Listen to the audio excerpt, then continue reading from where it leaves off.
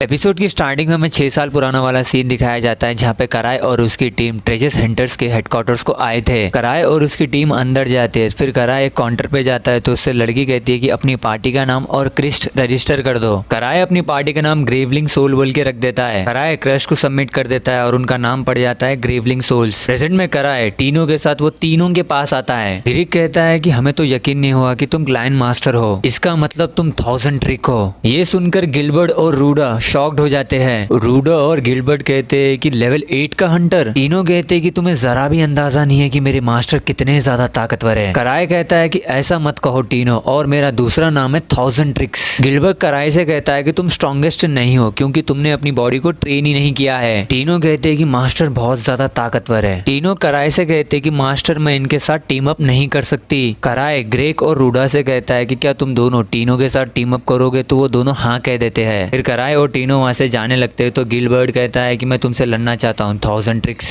ये सुनकर टीनो कहती है कि मेरे मास्टर से फाइट करने से पहले तुम्हें मुझसे फाइट करना होगा और मैं तुम्हें सबक सिखा कर रहूंगी। फिर टीनो स्ट्रेचिंग कर रही थी। फिर टीनो कहते हैं कि देखा मास्टर मैं कितनी ज्यादा फ्लेक्सिबल हूँ। कराय कहता है कि हाँ टीनो तुम बहुत ज्यादा फ्लेक्सिबल हो। फिर टीनो अपने पूरे वेपन्स को फेंक देती है। टीनो कहते हैं कि मैं तुम्हें अपनी स्किल्स के साथ ही हरा दूंगी। तो ये देखकर गिलबर्ट भी अपनी सूट को फेंक देता है और कहता है कि तुम मुझे अंडर एस्टिमेट मत करो। टीनो गिलबर्ट के ऊपर अटैक कर देती है तो गिलबर्ट उसके अटैक से बच जाता है, लेकिन टीनो उसे लात मारती है तो गिलबर्ट दूर जाकर गिरता है। गिलबर्ट उठ के आता है और टीनो के ऊपर अटैक करता है तो टीनो उसे अपनी लात से पकड़ लेती है। टीनो कहती है कि तुमने मेरे मास्टर की बेइज्जती की और मैं मेरे मास्टर को भगवान जैसा मानती हूँ। फिर टीनो गिलबर्ट को मारकर नीचे फेंक देती है। गिलबर्ट कहता है कि मैं सबसे ज्यादा स्ट्रॉन्गेस्ट हंटर बनना चाहता था। कराय कहता है कि गिलबर्ट तुमने अपनी पार्टी को छोड़ दिया था क्योंकि तुम्हारे पार्टी के मेंबर्स तुमसे कमजोर थे, है ना। गिलबर्ट कहता है कि ये तुम्हें कैसे पता। कराय गिलबर्ट की सोड को लात मारता है तो उसकी सोड में से फ्लेम्स बाहर निकलती है। गिलबर्ट कहता है कि तुमने ये कैसा किया, तुमने तो मेरी सोड को हाथ भी नहीं लगाया, आखिर तुम हो कौन। व्हाइट वुल्फ डाइन के अंदर वुल्फ मॉन्स्टर रहा करते थे जिन्हें सिल्वर मून्स भी कहा जाता था, लेकिन वो सभी वुल्फ मॉन्स्टर्स को मार दिया गया था। ये सब बातें कराय पढ़ रहा था और कहता है कि वो चारों ठीक तो रहेंगे ना। एवा कहते हैं कि तुम्ही ने तो उन चारों को वहां पर भेजा है। कराय कहता है कि वोल्ड का लेवल तो 3 है, वो लोग 4 है, वो लोग ठीक रहेंगे। कराय कहता है कि मुझे तो मेरी रैलिक को चार्ज कराना है। कराय एक लड़की के पास आता है उसके रैलिक को चार्ज कराने के लिए। तभी वो आदमी कराय से कहता है कि नॉर्थ में एक फैंटम अपीयर हुआ है, उस फैंटम ने 3 लेवल के गार्ड्स को मार दिया है, इसका मतलब वो फैंटम बहुत ज्यादा ताकतवर है और वो फैंटम व्हाइट वुल्फ डाइन से बाहर आया है। कराय सोचता है कि कहीं वो फैंटम व्हाइट वुल्फ डाइन के अंदर तो नहीं है। फिर हमें टीनो और बाकी सब लोगों को दिखाया जाता है। टीनो कहती है कि डरो मत, मास्टर हमारी रक्षा करेंगे। फिर हमें कराय को दिखाया जाता है। कराय कहता है कि मैंने बिना प्लान बनाए उन चारों को वहां पर भेज दिया। कराय कहता है कि अब उन चारों को मुझे ही बचाने जाना होगा। टीनो और बाकी सब लोगों के पास वो फैंटम आ जाता है। फैंटम के पास आर्मर और सोड भी थी। दूसरी तरफ कराय बहुत सारे रेलिक्स ले लेता है और वहां पर एवा आ जाती है। फिर कराय एक उड़ने वाले रेलिक को लेता है, फिर वहां से उड़ जाता है। कराय बहुत ज्यादा तेजी से उड़ रहा था। ये एपिसोड यहीं पर खत्म होता है। आपको अगर वीडियो पसंद आया तो वीडियो को लाइक करो, चैनल को सब्सक्राइब करो।